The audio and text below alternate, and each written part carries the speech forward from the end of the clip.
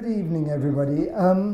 My name is Dalim, and I'm Events Director for ISACA London Chapter. A number of my fellow directors are here as well, and this event is in fact featuring yet another director. So boy, are you going to get a lot of exposure to ISACA London Chapter officials of one kind or another. Now, there's been an official complaint to me, by me actually, about this, how to log on to this network and things like this. I'm going to just call on Deep, our presenter for the evening, to see if he has any guidance in terms of getting onto the network and so on. Deep. Yeah, actually, the guest network is provided by PwC, and since it's unsecured, I've asked them to provide another one. So soon we will have some more information about that. That's so good. Please be with us. Okay, good. So there you are, you security professionals. About 5 people complained to me that I can't ask people to connect to an unknown network, especially when they're security professionals. So your wish is granted, you can't connect to it. We'll see how we proceed with that one, but the reason why we want you to is because Deep has got a rather fine interactive session where you can interact, or if you're a security professional, you can't, but we'll see how that proceeds later. I have yet another ISACA London Chapter Director with me here. In fact, the fine specimen of Mr. Ken Spence, Vice President of ISACA London Chapter.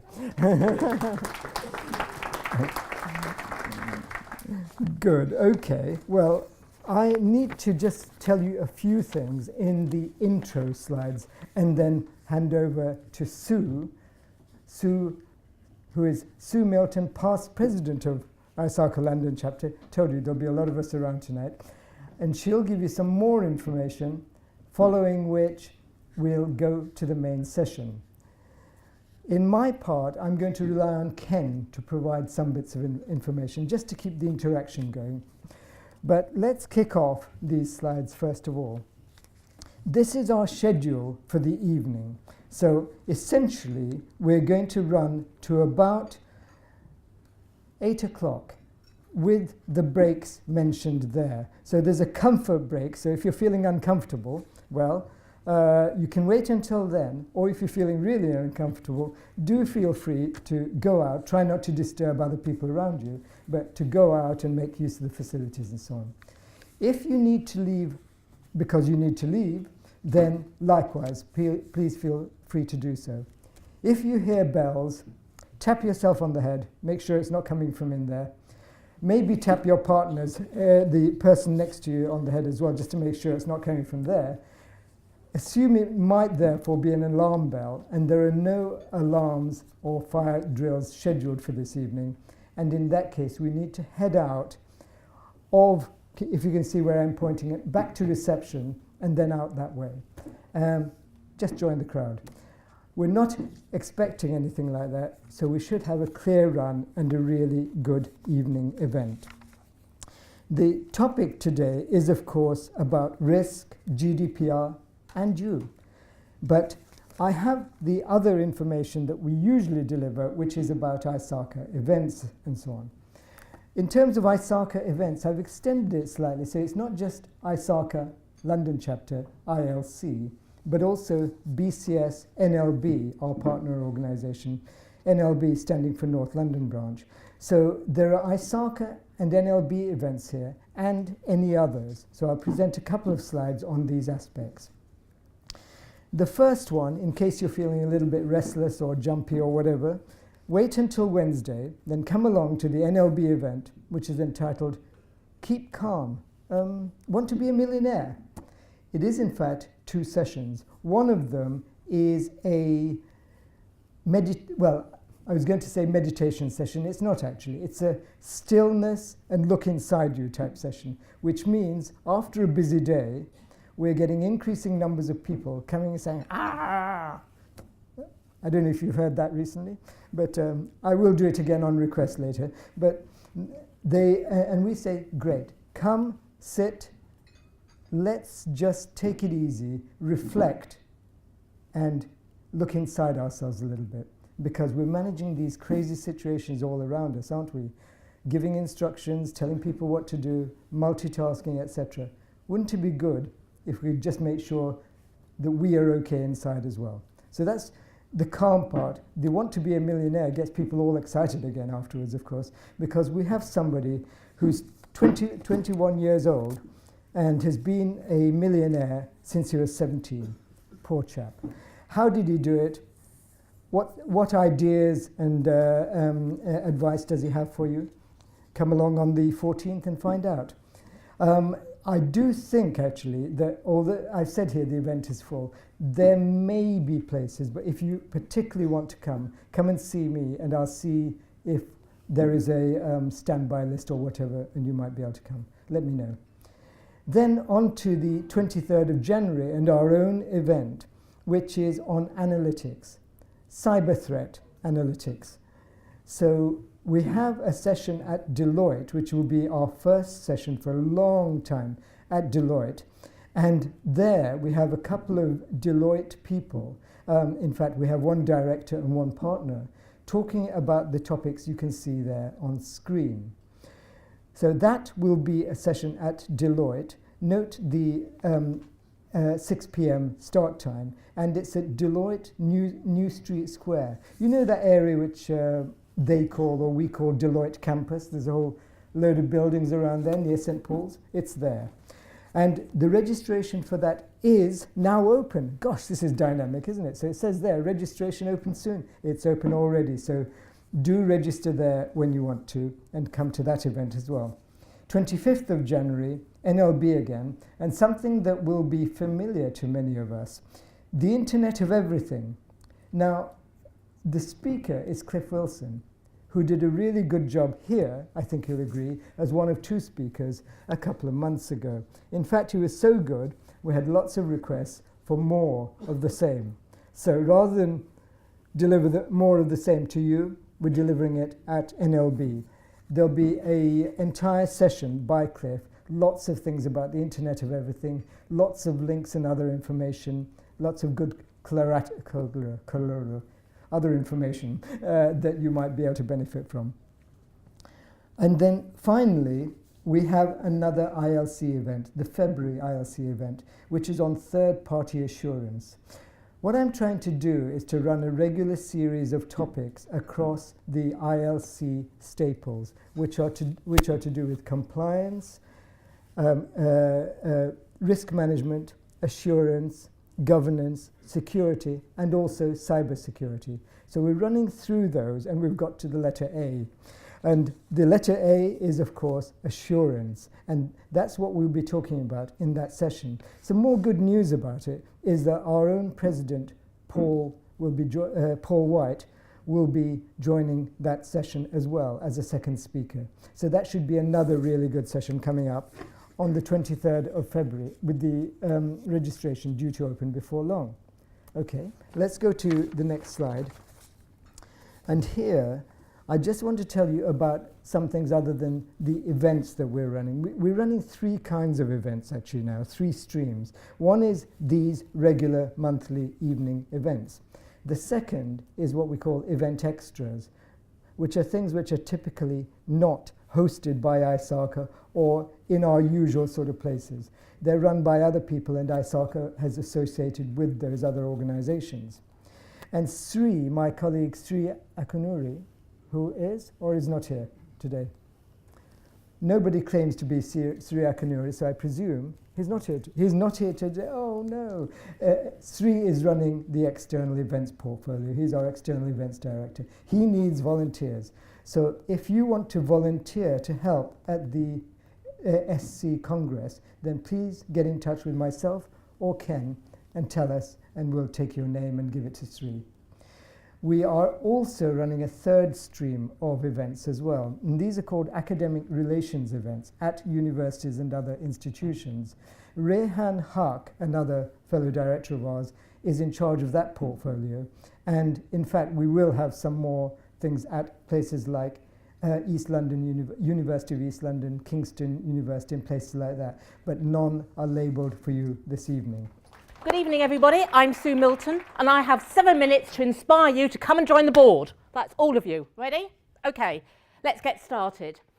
The board is the heart of the London chapter. Without the board functioning, we don't get a lot. With the board functioning, what we get is the opportunity to learn, gain new knowledge, to share experiences, and together promote the professionalism of our industry.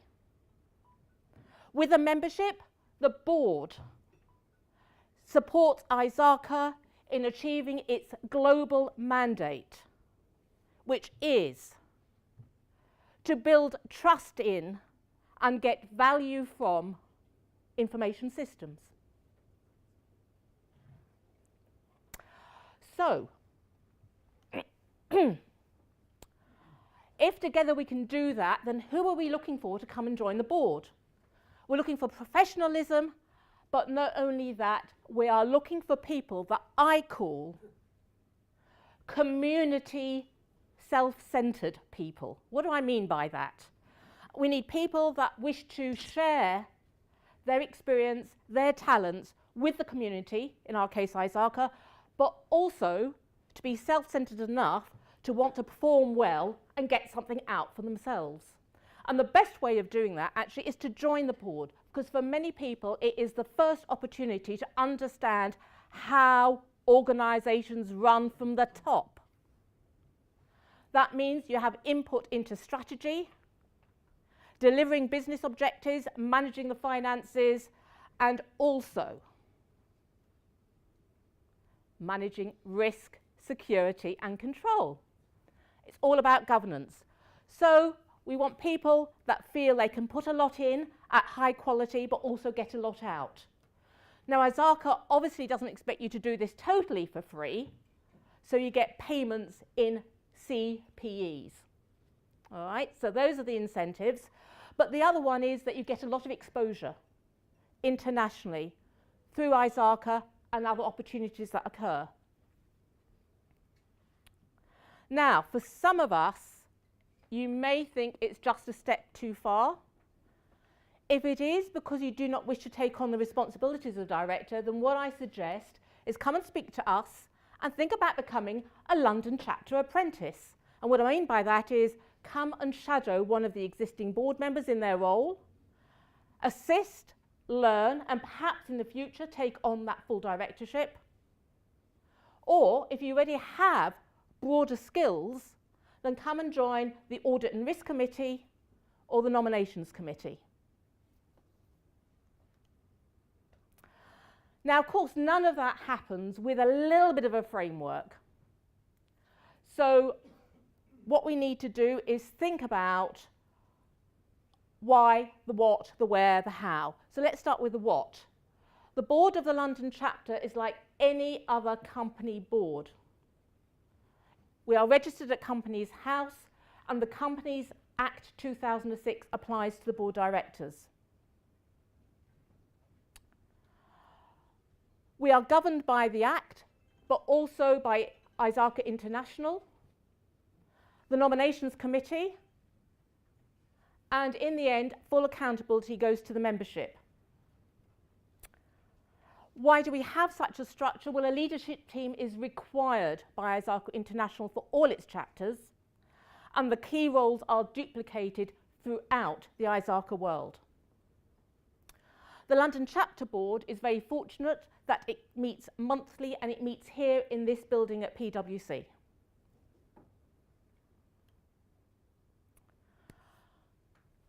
Who can actually apply? Well, anybody who's an ISACA London member. So if somebody in this room is inspired to be a board member, but not a member of the London chapter, it's really easy. Just sign up and become an ISACA London member. What I'd like to do is, if you want to see who the board of directors currently are, there's a link. But could all board members in this room please stand up? 1, 2, there's a Ken somewhere, clearly. Right. And I know we've got at least one former board member. Would he and any other former board members like to stand up too? Now, the reason, keep standing so people will register your faces, sorry. And the reason for this is that clearly I want you, the membership and guests, to come and speak to these people. I mentioned 2 other committees. Can the Audit and Risk Committee members stand up? I think we might have 2 in the room. Yes, hello, Haim. Is there a Sean in the room? All right. And then there's the Nominations Committee. Those who are also on the Nominations Committee, because there's a bit of cross-fertilisation, can you please wave? Right, thank you. Right, so now remember those faces, come and speak to us. Right, you can nominate yourselves, or you can nominate one of your ISACA London member colleagues to join the board. So let's quickly go on to the rest of the important stuff. The whole process is chaired by me through the Nominations Committee, where we look and review all applications and finally bring to the board the new board slate for final approval to the membership at the AGM. The Nomination Committee has 3 key objectives. I think it's 3. One is to get professionalism on our board. 2 is to get the diversity that reflects the membership. And the 3rd is a subsection of that where we are really weak on, and that is getting women involved at the board and the board committee level. So any women here who feel they wish could come and join us, please have a chat. The key dates to look out for is January will be the big launch. We'll be doing something again at the January event. At March, that's when Nominations Committee come together and create a short list and start interviewing. The slate is then presented to the board for endorsement in April, ready for the May AGM, where it comes out to the membership for you to agree or decline. You have that right. You can say, no, not that board, but we hope you'll say yes. If you need more information, please come and see me or any of the people that were standing. You can email me, there's my email address, or of course, be patient and wait for more exciting stuff to come in January. Thank you, everybody. So first of all, let me thank you for making an effort to come here tonight. I know it's always difficult after working a day long in an office, so thank you very much. I think Dalim mentioned, that it will be an interactive presentation. There will be 2 parts of it. In the first part, I would like to cover evolution of computing devices and network, hyper-connected world, and growth of data. Big data, benefits, risks, GDPR, and key points and where to start. I know Dalim mentioned that there will be a break, but actually I was advised not to have a break. So I will try to move forward very quickly, and that's because of the 2 reasons. Because once you have a break, then it's very difficult to get people back in. And also from video recording point of view, it is difficult to merge 2 things together. So hopefully I will try to whiz past the presentation quickly and do the interactive sessions so that you can have a break. And I will not keep you long from your food as well. So hopefully we will cover that. And I think I mentioned, there was a slide deck on the screen earlier that if you can try to connect to a website, it's mentioned polev.com, ILC 121216, that would be great. Unfortunately, we had the Wi-Fi here, but it's unsecured one. So if you can connect to it through the data network on your smartphones, that will be good. So first poll is on the screen, and if you try to access the website, you can poll. You can let us know which vertical you belong to, and yeah. So moving on swiftly, Dalim has introduced me, so there is nothing much to say here. Only thing I would like to add is that views presented here are solely my personal views and not those of my employer. So without further ado, let's start with this poll. How many of you have worked with a standalone PC with no internal storage? Vote now. It's going off the screen. So let me open up. So the poll shows that 55% of people in this room actually who has worked in the era when I started working in IT. So I'm not alone, and its percentage is going up. Look, it's people are changing their minds. But that's what I want to show. That's how I want to run this session interactively with you. So going back to the presentation, when I started working in IT, we used to work on mainframes and standalone PCs, and things have evolved since then. From standalone PCs to, netbooks, laptops, smartphones, wearables, and connected devices. And network has evolved too. When I started working back in 1990, I think there were only 9,000 to 15,000 networks in the world. But the network has grown by one order of magnitude per decade. And last year only, there were 4.9 connected devices. And it is predicted that by 2020, you will have 55 billion devices. Now, let me ask you, have a guess. How many connected devices will we have in 2100? And, of course, you have an option to choose. Just have a wild guess.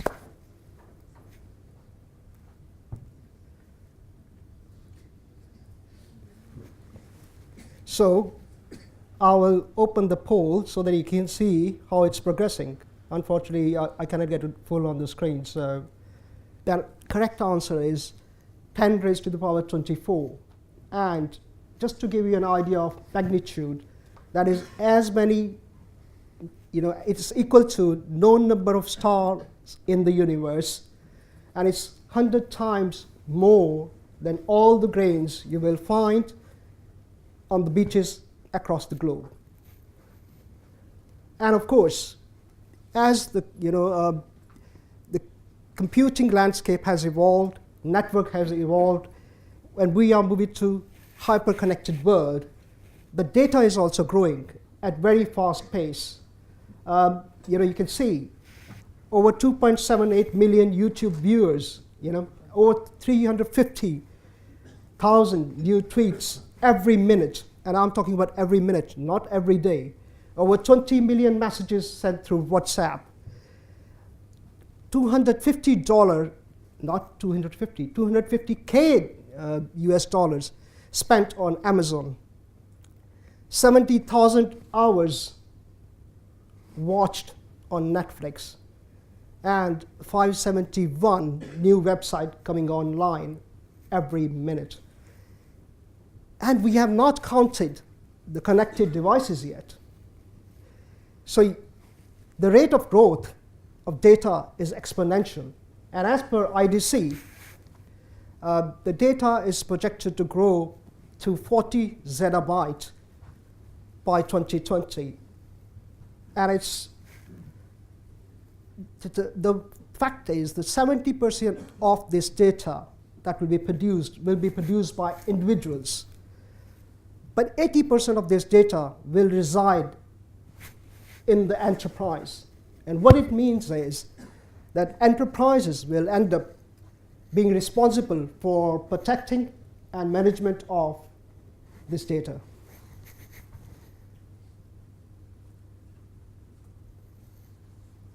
The large amount of data about individuals, that is very valuable to enterprise. It is immensely valuable. And according to David Buckingham, did I say David Beckham? No, David Buckingham, data is new oil. We need to find it, we need to extract it, we need to refine it and monetize it. And I had another slide to have your feedback, but it's not working. But I wanted to just wanted to have a show of hands. How many of you think or agree with this statement, the data is new oil? Right, very few. Well, only few of you have agreed that data is or are new oil. And as global economic growth has stagnated, businesses have to find new, innovative, and creative ways to find opportunities, gaps in the markets. Big data can drive this. It can drive effective decision making, open doors for knowledge-intensive industries, and provide new insight into customer behavior so that you can design new product and new services for them. And actually, I wanted to show you a video. Let me see whether it works. 4 years ago, we started to wonder, what would shopping look like if you could walk into a store, grab what you want, and just go? What if we could weave the most advanced machine learning, computer vision, and AI into the very fabric of a store so you never have to wait in line? No lines, no checkouts, no registers. Welcome to Amazon Go. Use the Amazon Go app to enter. Then put away your phone and start shopping. It's really that simple. Take whatever you like. Anything you pick up is automatically added to your virtual cart. If you change your mind about that cupcake, just put it back. Our technology will update your virtual cart automatically. So, how does it work? We used computer vision, deep learning algorithms, and sensor fusion, much like you'd find in self-driving cars. We call it Just Walk Out technology. Once you've got everything you want, you can just go. When you leave, our Just Walk Out technology adds up your virtual cart and charges your Amazon account. Your receipt is sent straight to the app, and you can keep going. Amazon Go. No lines, no checkout. No, seriously.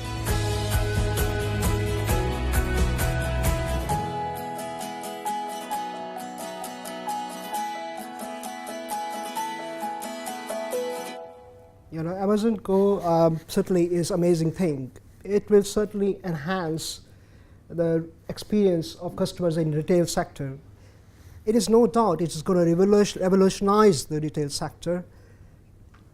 But think about not only ease, you know, customer ease and customer experience, it also provides a wealth of information about customer behavior. As they walk into the shop, you know, how they stand in front of an aisle, you know, when they pick up, when they put it back, it's doing all that. But imagine in few years, if you have embedded implanted device which is monitoring your vital signs, and as you walk into Amazon Go, it actually checks what's your blood sugar level, what do you need, what do you need to eat, and it actually redirects to the aisle where you will find the stuff that will normalize your vital signs. That is amazing, but it is, you know, providing insight to the uncharted lives of individuals. And it's a huge opportunity here, you know, for businesses who are struggling in this stagnated economy to achieve marginal gains, you know, achieving it through big data, analytics, on PII, and really it's going to revolutionize the industry. But question is, there is a big opportunity to use big data analytics on PII, but are you using you know, big data in your businesses? So again, please, show of hands, how many of you in your businesses have adopted big data?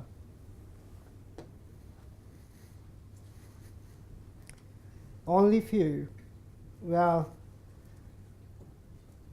I think you are missing a trick, rest of you, because according to Forbes, for a typical Fortune 1000 company, just a 10% increase in data accessibility will result in more than 65 million additional net income. And retailers who leverage big data could increase their operating margins by as much as 60%. These are bold claims. Yes, I agree. But tragedy is that very few businesses are adopting it, and those who are adopting it are only using less than 0.5% of the data available to them. I mean, what I'm seeing in the market is there is eagerness within the businesses to get onto the bandwagon and exploit the untapped potential. However, there are challenges with big data. And one of the big challenges is poor quality of data. And poor quality of data can have adverse impact on the businesses. It can lead to customer dissatisfaction. It can increase the operational cost, reduce ability to make strategic decisions, and it can cause loss of reputation as well. As digital landscape has evolved, to hyper-connected world where we have, large amount of data, big data, the concept of information security has also moved on. And there's a paradigm shift, and we now don't talk about information security, we talk about cybersecurity.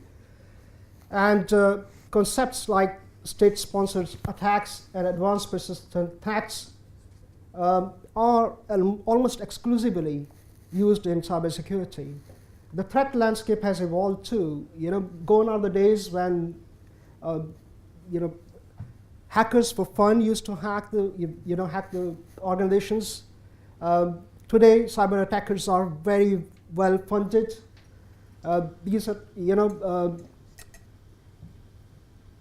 These attackers are hardened veterans. They are not like script kiddies. And as more devices come online, more businesses digitize, volume of data grows, without any due consideration of cybersecurity, the attack surface is also increasing. And threats today have transformed from isolated attacks to campaigns carried out by foreign states. And according to a latest survey done by ISACA, the state of security is such that 74% of cybersecurity professionals expected a cyber attack in 2016. And 53% of us, cybersecurity professionals, accepted that new technology will increase the chances of a breach. And no wonder cyber risk is at the top of the agenda. According to the Lloyd's, cyber risk is now ranked as number 3 risk in the world. And according to the figures released by GetSafe Online and Action Fraud, in last year alone, approximately 1 billion was reported lost by businesses due to online crime. Robert Mueller, who is a FBI director, has quoted there are only 2 kind of organizations. One of those who are hacked and those who will be hacked. It is not a question of if, but when, breach will take place. There is another poll, but I will just skip that. As we've seen, as computing devices have evolved, we now live in a hyper-connected world. The data is growing at exponential speed. Unless we have good governance in place, it is very unlikely, that we will be able to manage the large amount of data that is dispersed across the business. It will become almost difficult or impossible to know where the critical data is. How are we going to protect it? In the big data world, not knowing what you have, what you need to protect, will certainly exacerbate the problem of cyber threats. Big data could also cause loss of agility. I know it sounds counterintuitive, but hear me out. Critical information can be either very difficult or impossible to find in sea of this data. Slowing a business down at the exact moment when you when the speed is crucial. There is also a greater potential for mistaking noise as an insight. Last but not least, there is a greater impact on privacy. As businesses try to gain deeper insight into uncharted lives of individuals, certainly your privacy will be at risk. We all remember the case when one company using the big data started to market products to a pregnant woman even before she had told her family. The same can happen, if we are suffering from illness or, our sexual, orientation could be laid bare in public. With more and more AI systems or data analytics systems, you have heard about deep learning in the Amazon Go ad. It will be decided by AI systems whether you will get mortgage, whether you will get visa to travel, and your promotions and whether you get a job will be decided by AI. So, a lot is at risk, and any incorrect decision due to bad or poor quality of data can devastate lives. Now, it was these concerns about big data analytics and businesses and business drive of businesses to gain new insight, and concern that it may impact the privacy of natural human individuals. Combine it with the large-scale breaches over the years and the exposure of Snowden. All this has contributed to rising concern about privacy and cybersecurity. The fact that some of the businesses we know, I will not name them, have repeatedly failed to protect citizens' data has not helped. And there was also growing realization that intent of data protection directive that was there before was lost in local interpretations. And that's why I think GDPR is an attempt to transform the privacy regulation landscape within the EU. It is an attempt to implement and enforce a single data protection regulation across all EU member states. We all remember how introducing seat belts saved millions of lives, and how ban of, on smoking in public places have changed the behavior. Similarly, I believe that GDPR is an attempt to influence the behavior of businesses and public agencies alike towards privacy and the protection of personal data. It is expected that fines and penalties may push the cost of cyber to 122 billion by 2018. Question is, again, please, with a show of hands, how serious is your business about GDPR? What's the options? No, very serious,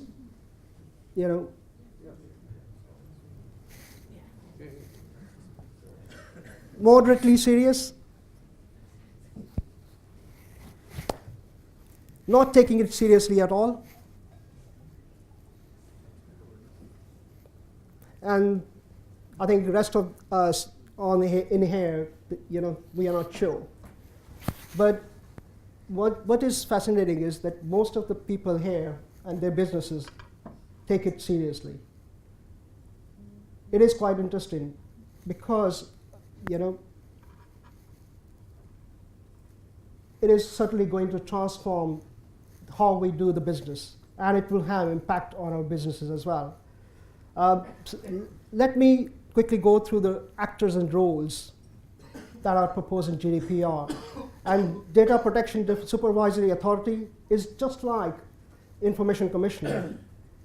Under GDPR, you will have to determine which is your Data Protection Supervisory Authority. And it will depend where you have. If you, for example, have a lot of businesses, a lot of offices, it will be where your organization has its main administrative office, or the location where key decisions are made about data processing. Data Protection Officer is mandatory for organizations whose activities involve large volume of processing of personal data or public services organizations. However, I would suggest that you should consider appointing a DPO or data protection officer to meet the requirements of accountability and governance. The definitions of controller and processor are the same, except that controller means a natural or legal person that determines the purpose and the means of processing personal data. Being controller doesn't not relinquish from from your responsibilities towards GDPR, but you must have, or you must ensure that you have a contract with data processor to comply with GDPR. And subject is obvious. It means a natural person whose PII or personal identifiable information is being collected and controlled or processed by a processor. Let's have a look at the key points of GDPR. GDPR is there to protect rights and freedoms of natural persons related to personal data. It covers direct and indirect personal data. And when I say indirect personal data, it means like IP addresses or genetic information. It is, of course, applicable across all EU member states. And it will also apply to organizations providing goods and services to EU citizens. It is all about empowerment of subjects. And it means taking the right consent, respecting the rights of the subjects, and carrying out lawful processing and maintaining transparency. And GDPR also mandates you should embed privacy by design and default in the business processes. There is a requirement to report breaches related to PII, but there's a key difference here that you only have to report to Data Protection Supervisory Authority within 72 hours. You have to only report to subjects if you think it is high risk. That means the breach is high risk, it will impact the rights and freedoms or privacy of the citizens. And if you cannot take decision, DPSA or Data Protection Supervisory Authority will decide for you whether it's a serious breach or not, or high risk breach or not, and they will then force you to inform subjects. Of course, there are penalties, and due to inadequate technical and organizational controls as well. I had a poll here to see what do you think the impact of GDPR will be on your businesses. I'll just, there were, I think, different departments listed, and I'm glad to see that most of you have selected entire business because I think there is no right and wrong answer, because again, it will depend upon context of your business, how do you process the PII, but I think it will impact the whole business altogether. And as I mentioned, GDPR, is all about empowerment of the subject. The power has shifted from organizations to subjects.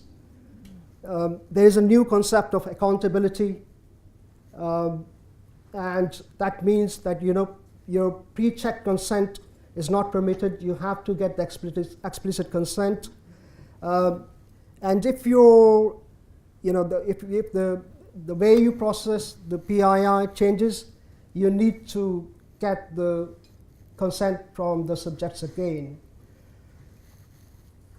And also, the consent has to be verifiable. That means you will have to keep the records of how you obtained the consent as well. There is, of course, right to access, right to withdraw the consent, and right to rectification. these are not new, but under the right to erasure, sometimes also known as right to be forgotten, you not only have to ensure that you erase the data you have on the subjects, but you will have to inform all other third parties or processor with whom you have shared that information and ensure that that has been erased.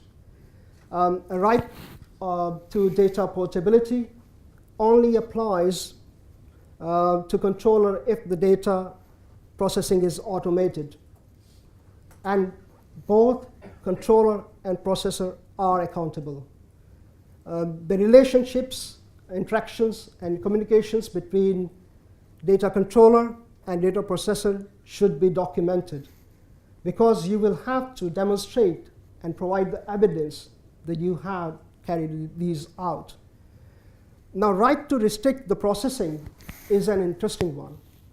It is applicable when the individual contests that you don't have the accurate information about the subject and object that you should not carry out the processing. And you can actually suspend the processing for the time being till the objection is resolved. And under GDPR, subjects should be clearly informed of their rights in a very clear, simple, and articulate manner. And what it means is right to be informed. That means you have to give appropriate privacy notice to the subjects. Subjects also have right to block or prevent automated decision making and data profiling. For those of us who are familiar with DPA, I'll just briefly go over what has changed. So one thing certainly has changed is explicit verifiable consent and, of course, enhanced user rights. Another thing that has changed is that subject access requests should be handled now within 30 days. Under DPA, it was 40 days, so it's 10 days less, and it has to be processed free of cost. I've already talked about lawful processing. That means you have to get the consent, keep the record of processing, and provide privacy notices. There is, of course, a concept of accountability and record of processing. You have to embed data protection by design and default. I already mentioned appointment of data protection officer. One thing which I have not mentioned here before is the right of subject to have a legal civil case against you for compensation. And that's something new. And imagine, if you have a breach and you have several legal cases for compensation or a class suit, the impact will be immense. No discussion, of course, on GDPR will be complete without review of penalties and fines. There is a potential for maximum fine of 20 million euros or 4% of global turnover, whichever is greater. But there is distinction between two fines, which is 10 million and 20 million, or 2% or 4% of global turnover. And the key difference is that if you are not able to demonstrate the principles of processing, lawful processing related to consent and the rights of subjects, that will expose you to maximum fine. Again, and also, if you transfer the data to unapproved country, and of course there will be a list of approved countries where you can share the data, and you are proven to be non-compliant to supervisory authority, then you will be exposed to maximum of 4% fine.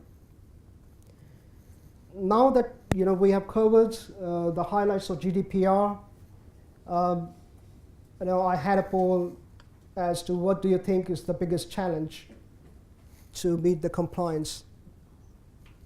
And there are a few options listed there: consents and lawful processing, dealing with right to erasure, breach notification within 72 hours, and data protection by design and default. Default, not fault. So let me open, because this is very interesting, I'll just open the poll here. So what we're seeing here is that most of us in this room think, oh, it's changed. People are changing their minds. So I'll give it a few more seconds. Well, I think we have made our minds. The vote is in. No, it's not. But I think most of us think that data protection by design and default is the biggest challenge. And I think there's no right and wrong answers, because it may depend where you are on the journey, how mature you are with the processes, dealing with PII. But I think dealing with not dealing with the right to erasure, but dealing with any rights of the individuals, like getting consent, providing notices, actually, and provide evidence that you are doing lawful processing. Keeping the records of all this is going to be equally challenging. So thank you very much for providing your input. I think the compliance with GDPR is much more than technical challenges. It's about policies, procedures, and processes that will respect rights and freedoms of the individuals. We also know that there is only two types of companies, as I mentioned earlier: those that have been hacked or will be hacked. It's not a question of if, but when security threat will materialize and breach will take place. And so question is, where do we start? How do we protect the PII we have in our organizations? And this is only my take on it. I will admit, I will suggest the best thing to start within your organization is to raise the awareness of GDPR within the senior leadership. Find a champion, try to sell it to marketing, for example. Try to sell it upside as well, how big data analytics can help you gain the insight. Don't use fines or penalties as only driver to win the business sponsorship. I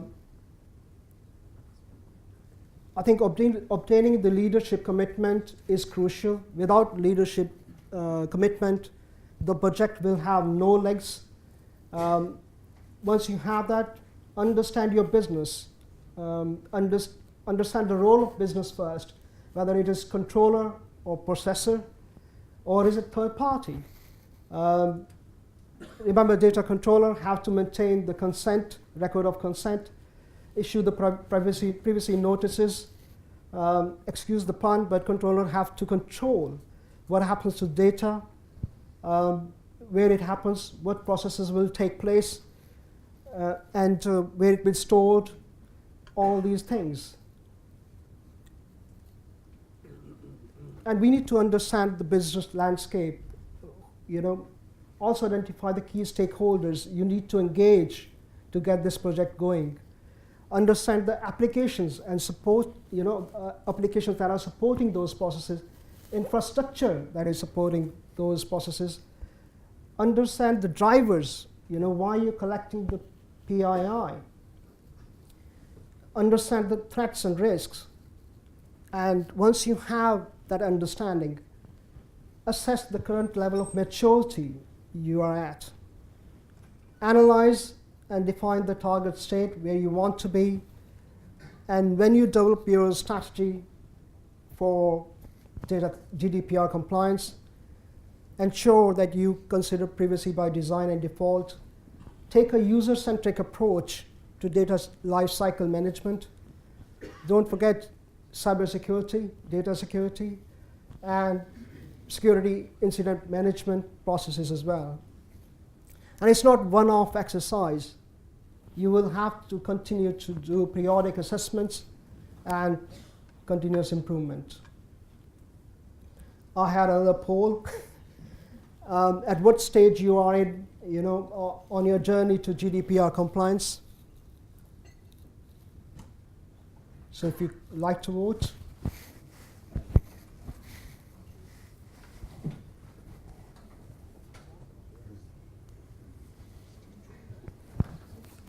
And I'll try to open up the poll for you.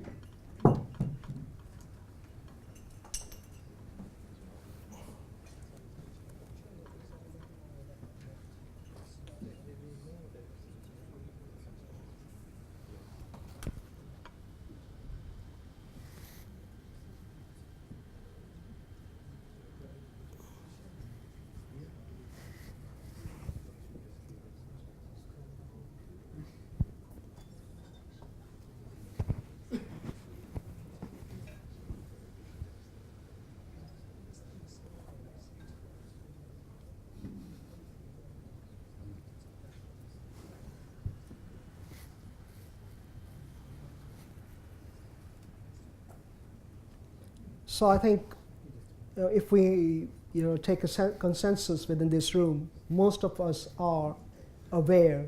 6% of attendees here, members here actually have business case under review, and 18% of us. Oh, somebody actually numbers change again, but few of us here have leadership commitment for resources and funds. So may I ask, some of you to share, who have actually attained the leadership commitment for resources and funds. How did you do it? How did you develop a business case? What are the key things you used to get this commitment? Anybody would like to share? Okay, I got another poll. So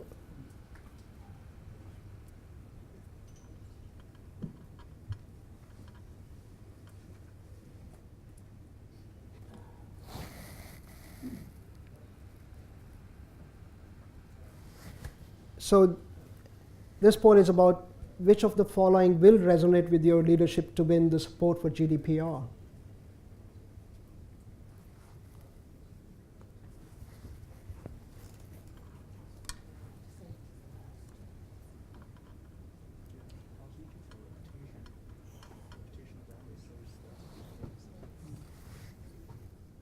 You can vote now.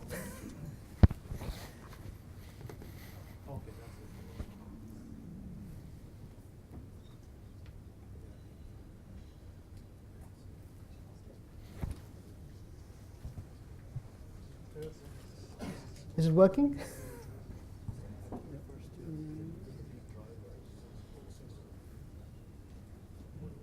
No, I'm still getting the previous one. Previous one, okay. Hang on a second.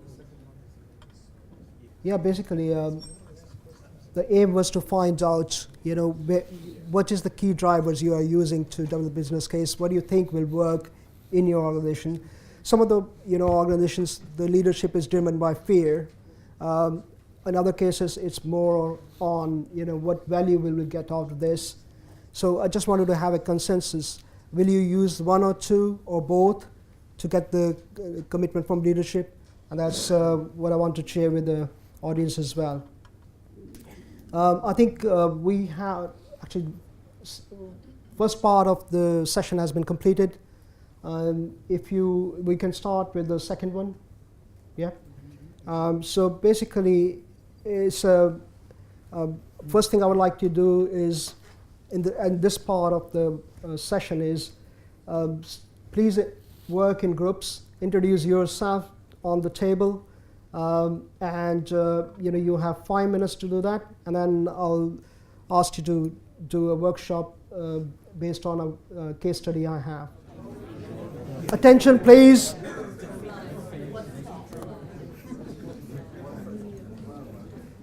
Now you got tabletop session 1. The case study is on the screen. I would say that now you have to select the leader from each of the table who can vote. And I would suggest the person who is sitting facing the screen will become leader by default. So that person will vote. I don't want to spend more time on selection, so by default, the person facing the screen is a leader. So please read the case study, and make a decision. Right, the time is up, and we are ready to vote. So leaders, attention, please, leaders on the table, please vote now. So I think vote is in, so let me switch.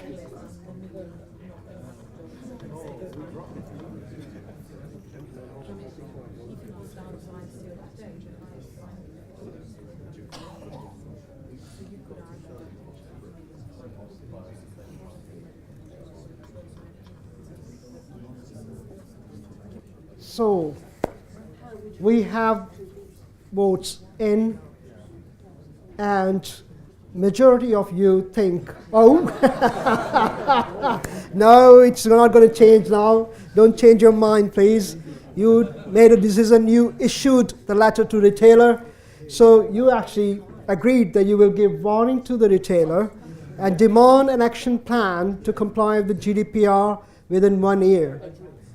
And the reason I wanted to put this case study in front of you was to not only think of fines and penalties and that will come your way. You need to think of other ramifications that ICO will have to think about, the socioeconomic impact to any decision will have on the businesses and the citizens as well. So that's why I put it in for you to consider. So please be aware, it's not black and white that you will be fined 4% of your global turnover. So thank you very much for that. I think I'll start the second case study now. So give me a second. So for this case study, you will have, give me a second.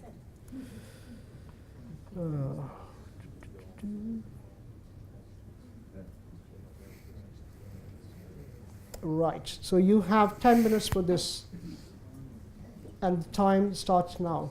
Time is up.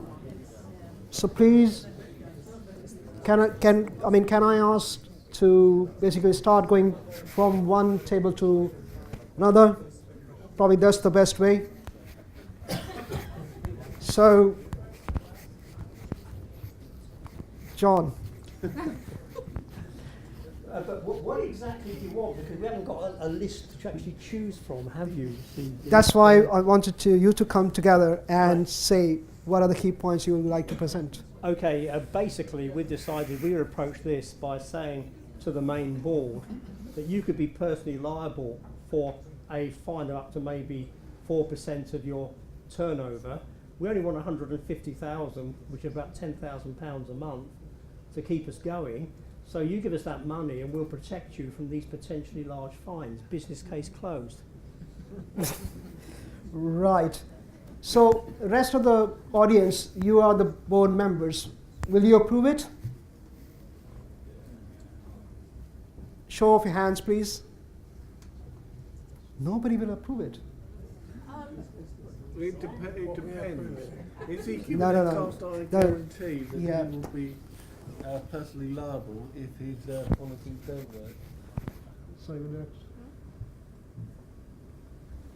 It all depends on what you're actually saying. You said that you'll guarantee the person you're protecting the board by the investment of 150k. Can you actually say that? Well, of course we can say it, but we don't actually mean it. Where you Right. So would you like to add which were your key points? well, the key point to us is that you've got to spend the 150k regardless of it. We would agree with you on that, but what guarantees you give is impossible to actually say. You've got to spend it just to comply with the law. The sharing of data with third parties is immaterial to the actual business case. Right. Okay. Thank you. You are the leader? Go on. Right. So, what were your key points? Is it quite similar or different? Yeah, well, quite similar. How we felt about it was basically that it's a business risk. It's an e-commerce startup company. You decided to establish the business. As a result, you pose the risk of not having any regulation in place. To spend those 150 million, establish appropriate controls over your processes. That's the first starting point to get some kind of idea about what you actually have.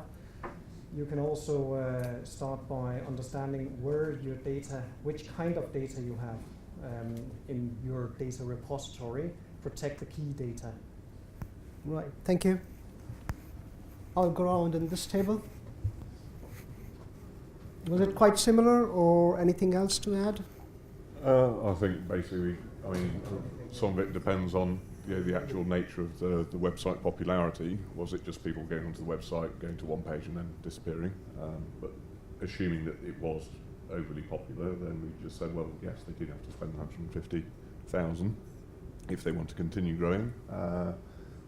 But they could potentially do a marketing campaign at the same time, do the first part of the marketing campaign, but certainly not even think about sharing or anything else until we have actually done the first stage of the assessment of what type of data is actually being collected and is expected to be shared. Right. Okay. Thank you. I think consensus is that we will put forward the business case to say that it is essential and we should do it. Anything else anyone would like to add? Oh, that's positive. Thank you. We have a completely different point of view. So we were considering the fines, but already in the previous exercise we discussed that there are no fines, so companies can get away with a warning and come back 1 year later when they are compliant. So considering this, and also that seeing the recent hacks like TalkTalk and such, and these companies are getting hacked, there is big publicity, but still they don't lose customers. So it means that the customers aren't generally concerned about this. So if you're a small startup company, there are no fines, you probably won't lose many customers, then it doesn't make sense to spend a lot of money on compliancy where you could be using it to spend on marketing or other business development. Thank you. Thank you. We have two leaders on the same table. Sorry. On the other hand, it's only £10,000 a month, so that's like 15 easy instalments that could achieve compliance at the end of it. So, yeah. No, thank you very much. I think what I wanted to highlight by this case study was that it's not very simple when you are in a business, you're in a startup especially, and you are strapped for funds. You have to make a decision between investment that will grow your business substantially, or you do invest in data compliance. So it is a balancing act, and it depends upon who on the board is, what their orientation is, and whether they are motivated to grow fast and less worried about fines. It is all very subjective. But thank you very much for your input. I think we'll bring it to the close. I had one more case study, but I don't want to keep you away from your food. And I think you haven't had a chance to have a nature break as well. So thank you very much for coming here today and contributing. Thank you. Thank you.